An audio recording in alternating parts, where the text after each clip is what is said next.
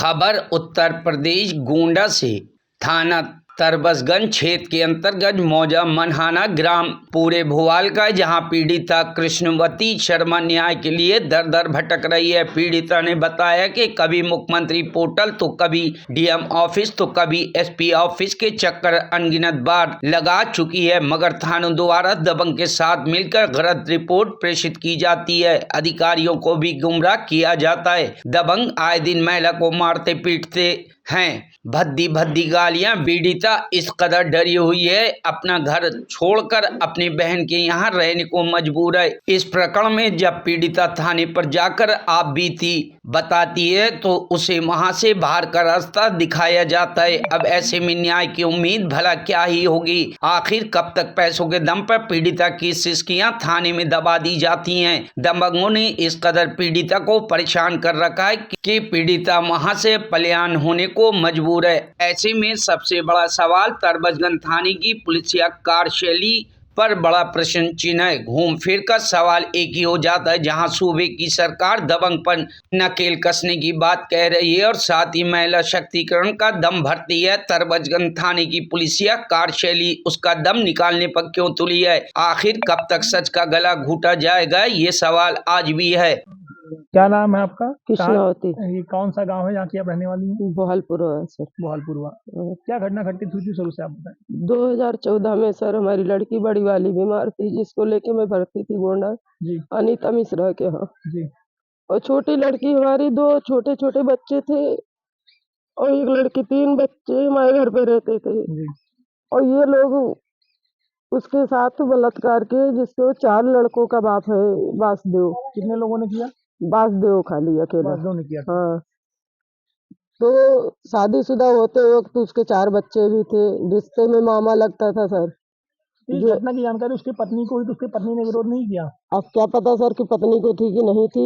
हमको बाद में पता चली कि इनको पूरे घर को पता थी। मतलब उनके हाँ, गलत पूरे काम में कहीं ना कहीं सहभागिता हाँ थी उनकी। पूरे फैमिली, इनके सब भाई लोग, सब इनको सबको पता थी सर। मगर हमको बाद में ये चीज पता चली फिर कि क्या इनको हुआ? सबको।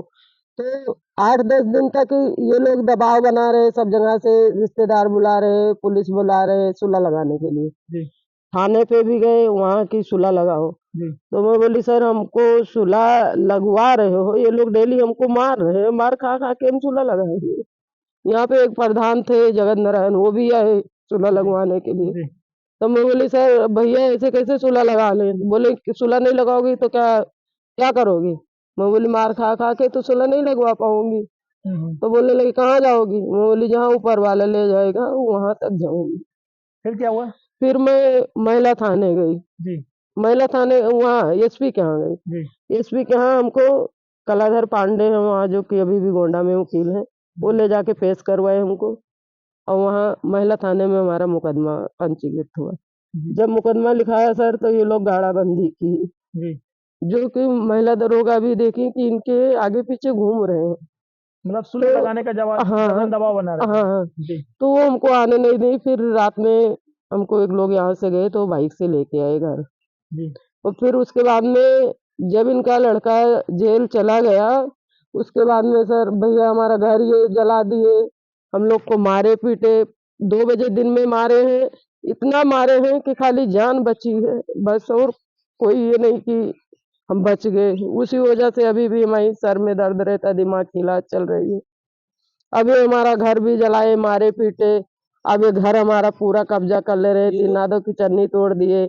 ये जो बच्ची इसके साथ आपका दुष्कर्म हुआ तो उसमें इनको कुछ सजा मिली थी? सजा मिली थी सर 10 साल की इनको, मगर बीच में जमानत पे छूट के आए हैं। जमानत पे छूट के आए हैं? हाँ, जमानत पे छूट के आए हैं। जब से छूट के आए हैं, जब से दबंगई चालू कर दिए फिर से। छूट के जब से आए और इनका एक आपराधिक रिकॉर्ड भी है, तो हाँ, क्या पुलिस ने खिलाफ कोई अभी तक कार्रवाई नहीं कोई की? कार्रवाई सर नहीं की, क्या कोई लगता है आपको पुलिस को इनसे इतनी हमदर्दी क्यों है ऐसे लोगों से? ये बोलते हैं कि हम तुम्हारे लिए पैसे उगार के रखे हैं और तुम्हारे इसमें घर में रहने नहीं देंगे, तुम्हें यहाँ नहीं रहने देंगे, तुम हमारे ऊपर मुकदमा करवाई हो तो तुम्हें इस गांव में नहीं रहना है, अच्छा। यही बोलते हैं। और कल हमको ये चौराहे से मैं आ रही थी अंदर, तो वहाँ मिले तो वहाँ हाथ और झापड़ से मारे खूब।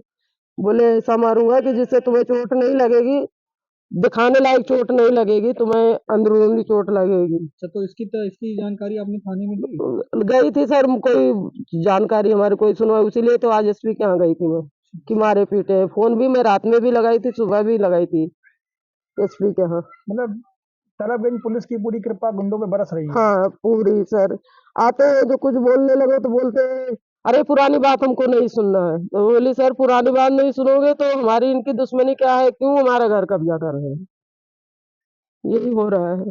अब ऐसे में आप अभी तक न्याय के लिए कहाँ कहाँ भटकी हैं? हम सर 3 बार डैम के यहाँ पेश हुई हूँ, 3 बार इस डैम के यहाँ पेश हुई हूँ, थाने पे तो अनगिनती बार गई हूँ।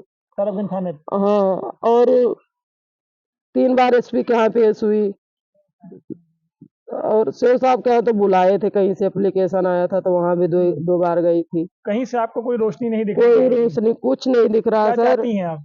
मैं चाहती हूँ हमारा वो कब्जा छूट जाए और सरकार द्वारा हमको पुलिस सुरक्षा मिले, हम अपनी नींव भरवा सके, अपने घर में रह सके। जो आपको रहने नहीं दे रहे हैं। हाँ, इनको सजा मिले सर।